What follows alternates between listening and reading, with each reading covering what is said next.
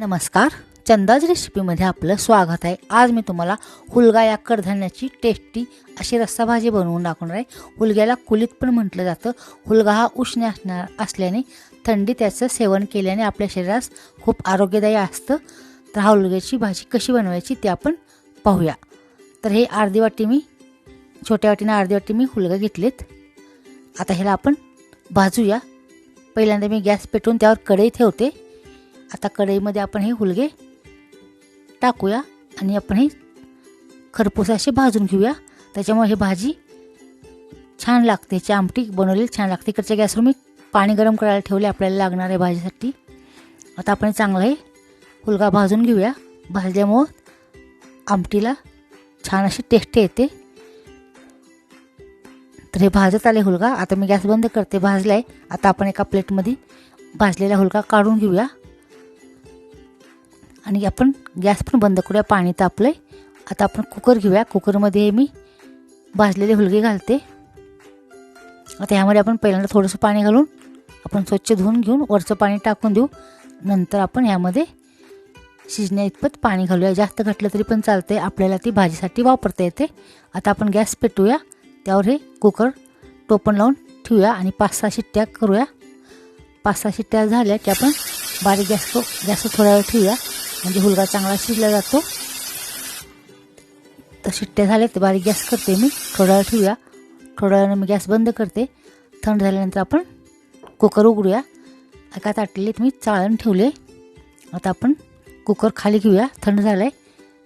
आता टोपण काढून आपण ते चाळणीमध्ये ओतूया, म्हणजे पाणी खाली आणि हुलगे त्या चाळणीमध्ये राहतात आणि पूर्ण पाणी नितळलं जातं। आता ह्याच्या आपण चांगला शिजलं आहे असं बघायचं आपण, त्याच्यामुळे छान लागते भाजी। आता आपण खलबत्त्यात ह्याला थोडंसं कुटून घेऊया ओबडधोबड। मिक्सरवर फिरवलं तरी पण चालते। आता हे चांगलं शिजल्यामुळे लगेच कुटलं जाते। आता हे मी कुटून घेते। आता हे आपण कुटले मी एका प्लेटमध्ये मी काढून घेते। आता एका प्लेटमध्ये मी काढून घेते। ओबडधोबड असं कुटायचं, कुटल्यामुळे ह्याची भाजी सरभरीत अशी छान लागते आणि मिसळून येते। तर अशा प्रकारे करायचं। आता हे पाणी पण आपल्याला भाजीसाठी लागणार आहे, त्याच्यामुळे ते वापरायचं आहे। कांदा चिरून घेतला आहे बारीक, टोमॅटो चिरून घेतले आहे, कोथिंबीर लागणार आहे, मसाल्याच्या डब्यातलं साहित्य लागणार आहे, गरम मसाला लागणार आहे, तेल लागणार आहे। आता आपण पॅन ठेवूया गॅसवर, गॅस चालू करूया। फोडणीसाठी तेल ओतूया। तेल गरम झाले की त्यात आपण मोहरी टाकूया। मोहरी तडतडली की त्यात आपण जिरे टाकूया। आता मी गॅस बारीक करते, तेल गरम झाले।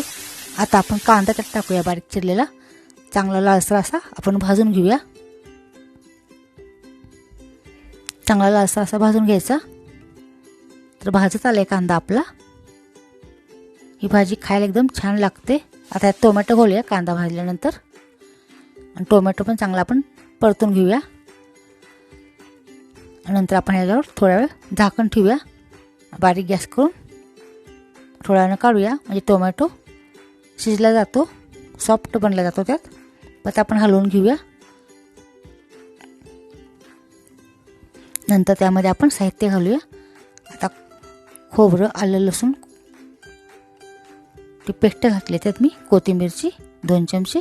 नंतर आपण ते हलवून घेऊया।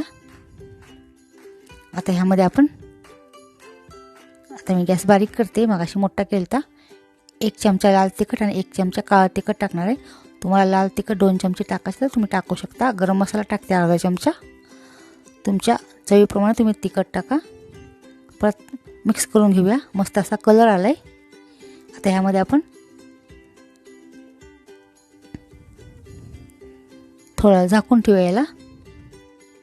ते झाकून ठेवते। मस्त असा मसाल्यातनं तेल बाहेर पडायला लागले, मस्त असा कलर आलाय। आता आपण परत हे परतून घेऊया। आता ह्यामध्ये आपण जे खलबत्त्यात बारीक केलं हुलगा ते आपण त्यात टाकूया आणि परत आपण ते परतून घेऊया, मिक्स करून घेऊया चांगलं।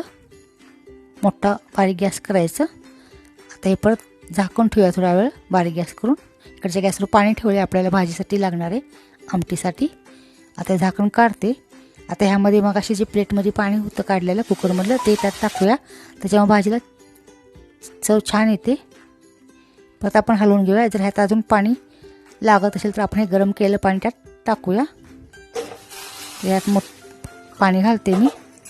आपल्याला भाजीला जेवढं पाहिजे तेवढं त्यात घालायचं. सरभरीत भाजी बनवायची आपल्याला. आता हलवून घेऊया. परत चवीपुरतं त्यात मीठ टाकूया. 2 चमचे शेंगाचं कूट टाकूया, त्यामुळे चव छान येते आमटीला. परत हलवून घेऊया आणि थोडा वेळ झाकून ठेवूया.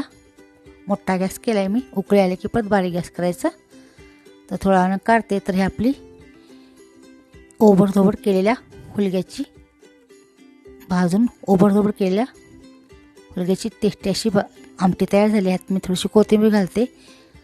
तर ही अशी नक्की तुम्ही हुलग्याची आमटी बनवून पहा. खायला एकदम टेस्टी लागते चपातीबरोबर, भाकरीबरोबर. धन्यवाद. सबस्क्राईब करायला विसरू नका.